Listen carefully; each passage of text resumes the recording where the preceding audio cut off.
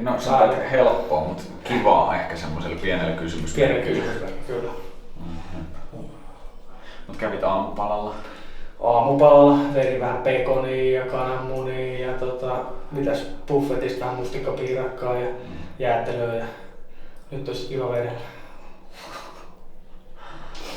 Joo, aamupalassa jo espresso ja lähti meinaa pärissä.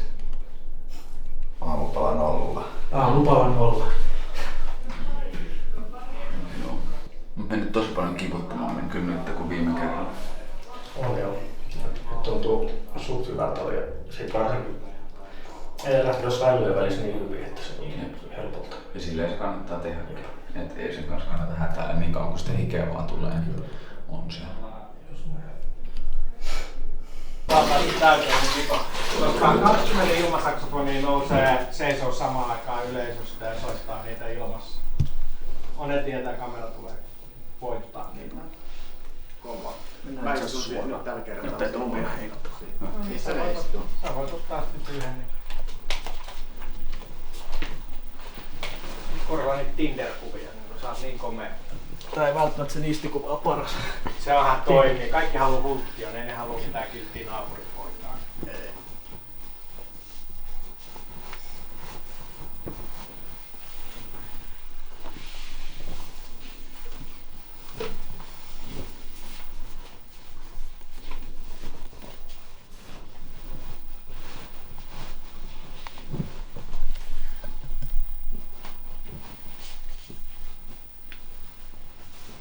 Laittaa tonne niskan taakse vähän silleen, että pysyy sit nuo hartiat ylös.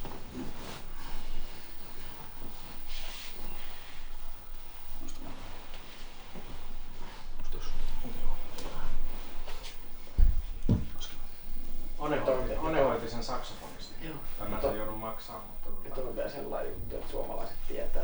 kaikki tietää, jotka on syntynyt vuoden 2000. Niin. Ennen vuotta 2000. Nollan Otto, joka on syntynyt 2003, se ei tiedä. Mä oon syntynyt 2000, en mä tiedä. Se voi puristaa ihan kunnolla sit kiinni ton peilon päälle. Se on se hyvä paketti. Vauva turhaa.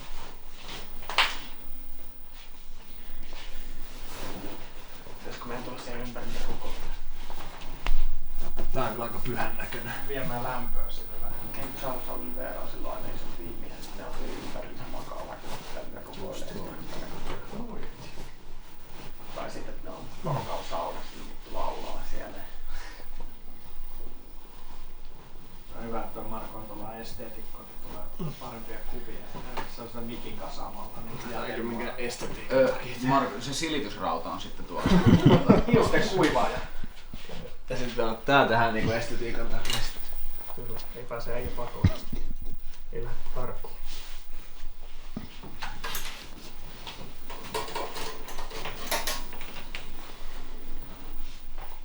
Tää on sit vaan kuvaa. Ei, näyttää kuvassa niin pieneltä merenneidolta. Varmaan soijassa. Kyllä on lähtö. On. Faraossa. Varmaan tavallaan mä voin viikkaa ne sit. Onks jotain? Johonkin pyyhkeeseen vähän kuivaa. Niin just sitä mä ajattelinkin, että olisiko tää vaikka sen verran kuivaa. Kuivaa.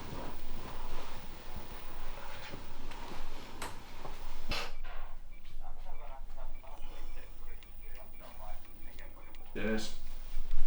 Kiitos, moi.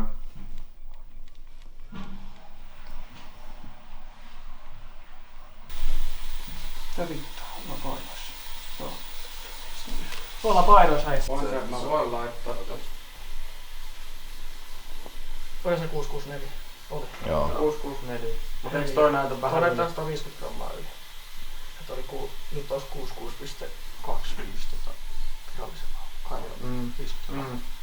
Mut tässä varmaan pieni hiki tulee vielä Joo, tosi joo, ihan. Just näin. Heliä. Mikä olla? Oli hyvä. Nyt oli kivuttomin painonveto tähän mennessä. Tuntui helvetin hyvältä koko ajan. Anteeksi, tosi hyvältä. Helppoa kivata. Hyvä Emil. 2 vetoa se oli siinä, hikoituna kuin perkele suosta. pikkusia. Hyvä duuni. Ja aika kivuttomasti kaikki. Nyt oli kivuttomin painoveto. Niin näin, joo, kyllä se on ihan. So we're gonna go to the medium weigh-ins. It's gonna be very small, very short event. You have catch weight? Yeah. Nice. 75.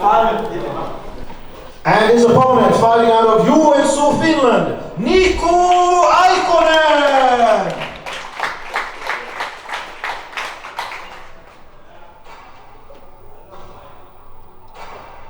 $77.3 kilograms for Niku Aikonen. The first fight ended in a draw. They are determined not to leave it that way this time. Aikonen versus Muruk, part 2. Of Turku, Finland, Ville Mankkinen!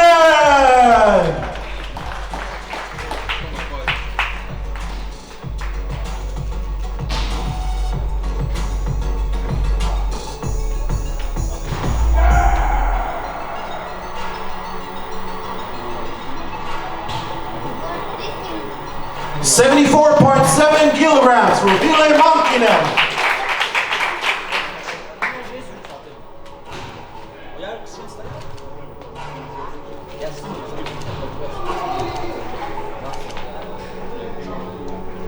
That's a great contest, ladies and gentlemen. And his opponent, fighting out of Riihimäki, Finland, Sergeant Emil Kurhela!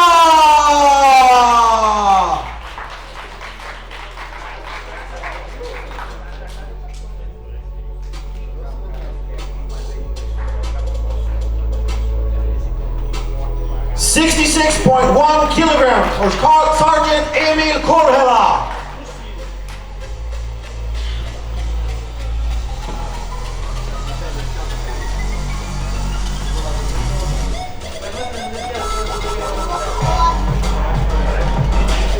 That's a magnificent main event right there, ladies and gentlemen. Emil Kurhela and...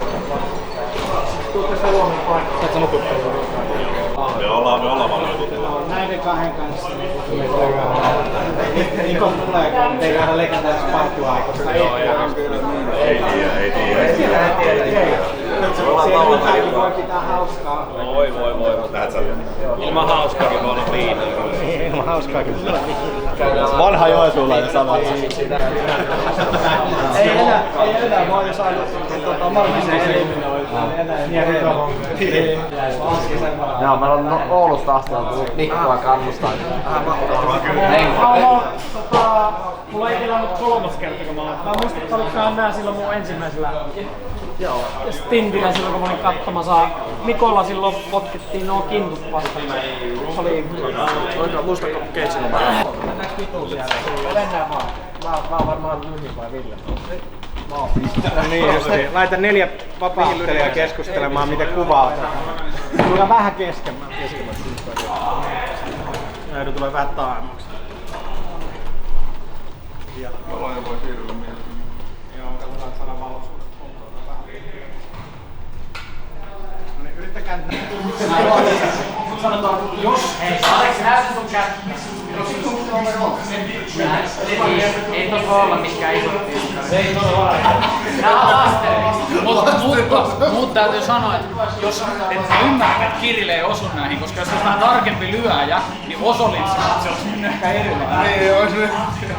Ai missä se tuli aika. Mä oon treenannut, että mä lyön ohjaa. Tää ei oo paha, se on ote.